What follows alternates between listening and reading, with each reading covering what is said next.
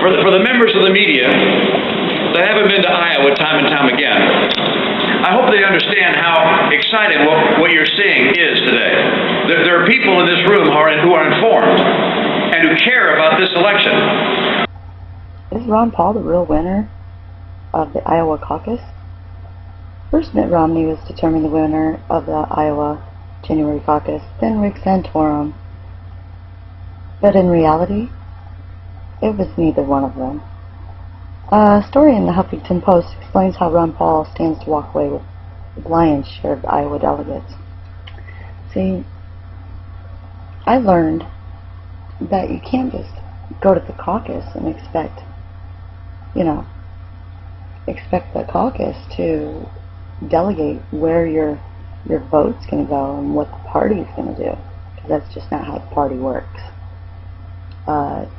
He who has the most people in the running, he who has the strongest supporters, most dedicated supporters, is he who gets the delegates. It's he who wins. Washington. A prominent Iowa Republican and major supporter of Republican presidential candidate Mitt Romney did not hesitate to answer when asked recently how many of the Hawkeye State's 28 delegates he expects Ron Paul representative to have heading out of the national convention in Tampa this August. 20, he said. Hello, Ron Paul has been top tier since day one. I've seen all these guys speak, and Ron Paul's the only one that's ever resonated. He's the only one that resonated with anyone. Romney's audience was so small, it was bizarre, because there was a guy there that had a sign, and it said, "I am an American without papers." And he had his hand up to ask questions. We're not going to have entrepreneurs. And nobody ever called on him. I'm sorry to tell you that Garrett over here, he stood up here, started giving me the decapitation signal there. I hope he just meant I should stop. Really? Conversations with numerous Iowa Republicans confirms the same thing. The state party establishment is dreading a Ron Paul rout on June 15th and 16th at the two-day congressional district convention in Des Moines. Paul is costing the state a lot of credibility, said Rob Haas. No, Rob Haas, you are causing the people of Iowa to lose a lot of credibility, because Ron Paul's representing the average American. He isn't up there waging bets for $10,000. He doesn't drive Cadillacs. His wife actually worked a job. Sorry for those of you out there that are stay-at-home moms and take offense to that, but I've had to work a job to support my kids, and so I don't want to hear it. Another Republican conservative who works for a statewide official sounded even more despondent on the note. It does not sound encouraging. The Paul people are in a position to control the delegates. So? And the result would be chaotic for the Republican Party of Iowa and bring it to a screeching halt. Why? Irrelevant. What's irrelevant is the party, because the party isn't even embracing the candidate that most represents the people. He says, nobody would rely on the party for anything. Nobody relies on the party for anything as it is. After the fiasco earlier this year involving the caucus results, Iowans are nervous that if Paul gets the majority of delegates, it will endanger their first-in-the-nation primary status.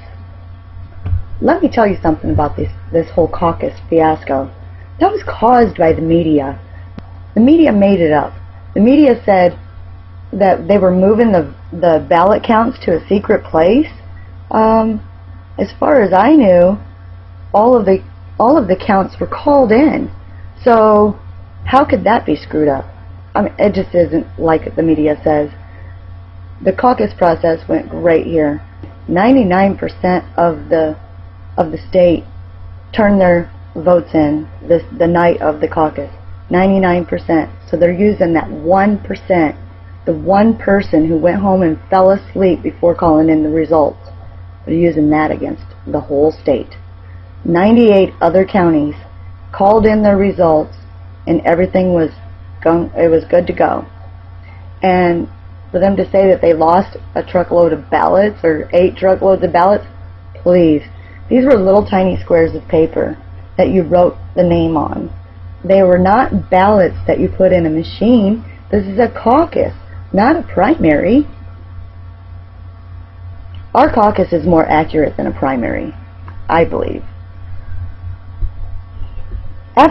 So on January 3rd, Romney was reported the winner, only to have state GOP announce 2 weeks later that the result was inconclusive, to reverse again and say that former Pennsylvania Rick Santorum was winner. Actually, it was that night that it was said that Rick Santorum was the winner, and it was by 8 votes, and it was not weeks later. Matt Strawn, party chairman Matt Strawn, resigned as a result of the confusion. Matt Strawn didn't need to resign. He just needed to tell the truth. And the truth of the matter was, the media made this caucus fiasco up. So the prospect of a third candidate winning the state is causing ulcer-level heartburn, especially since Paul came in third on the popular vote. But that isn't stopping Paul supporters, known among other things,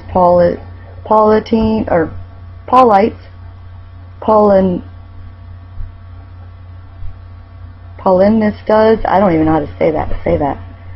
And their most critical detractors, Paul bots, from moving forward with their plan to win more delegates in Iowa and in other states than was reflected in the popular vote. First of all, I am 40 years old. I am a mother of 4, 2 of which who can vote and will vote in the presidential election this year. And I'm not a Paul bot. I'm an Iowan. I'm just someone who participated in the caucus process, and I guess since the party doesn't like our candidate, the people's candidate, then I guess it's not good enough and we're not credible. Well, this is the most credible election that I've ever seen in Iowa or across the United States. This is the most credible election process I've ever seen. Everything has been transparent. Yeah, there was a little bit of confusion the first night of the caucus. Yeah, one person didn't call in the votes. 1 county out of 99. 1 out of 99. So we were 99% accurate. This was not a ballot vote. This was not a machine that counted our votes. This was people in a room, everybody calling the votes in that night. Paul supporters are the most engaged in this process, and that is why he's winning the delegates. Jesse Benton, the national chairman for Paul's campaign, told HuffPost that Iowa is not the only place that they think they can win a large swath of the delegates. Iowa's still very much in play, and there's a lot of work to do, Benton said. However, we're confident of our strength in working hard. We have similar prospects in 7 other states. Benton told HuffPost last November that the Paul campaign would be competing hard for delegates in Iowa, Minnesota, Maine, Washington, and Nevada. And they have. Sure enough, Paul has already won 20 of the 24 allocated in Minnesota by winning the majority of the congressional district contest. There are another 13 at-large delegates up for grabs on May 19th at the state convention. In Maine, Paul's expected to be running at least 8 of the state's 24 delegates heading into the weekend's district caucus and state convention. He who has the most people involved is he who takes away the delegates and wins. In Washington, delegates will be allotted at the state convention at the end of May. And in Nevada, Paul supporters say they hope to turn out about 65% of the attendees in the state's convention this Saturday and Sunday, as they compete for 25 out of 28 states' delegates. Like in most states, 3 delegate slots are automatic and go to Nevada's GOP chairman, their national committee man, and their national committee woman. It's not just Iowa Republicans for other state parties that are starting to worry. The National Republican Party is perking up and starting to take notice. The Republican National Committee's Chief Counsel, John R. Felipe, Jr., on Wednesday sent a letter to the Nevada GOP chairman, Michael McDonald, essentially warning him that if the state party should prevent Paul supporters from taking over this weekend's state convention. This is not the time to start pushing people out of the process. That's just ridiculous. How do they even justify this? I don't understand. I don't understand the thought process. I don't understand the mentality. Everybody knows that Romney and Obama are the same. I mean, they have the same thought process. They have the same policy thing. You know, they're both for war.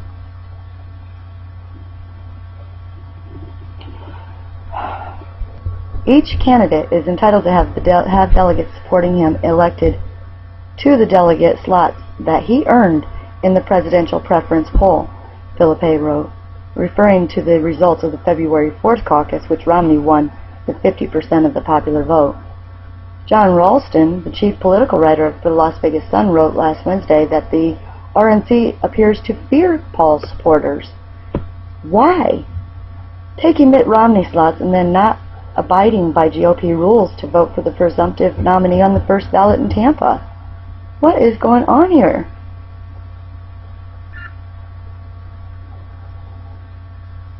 Felipe's letter threatens that the RNC may not seat the entire Nevada delegation at the convention in Tampa, that it's reason to believe that the Paul supporters have captured more delegate slots than the rules allow.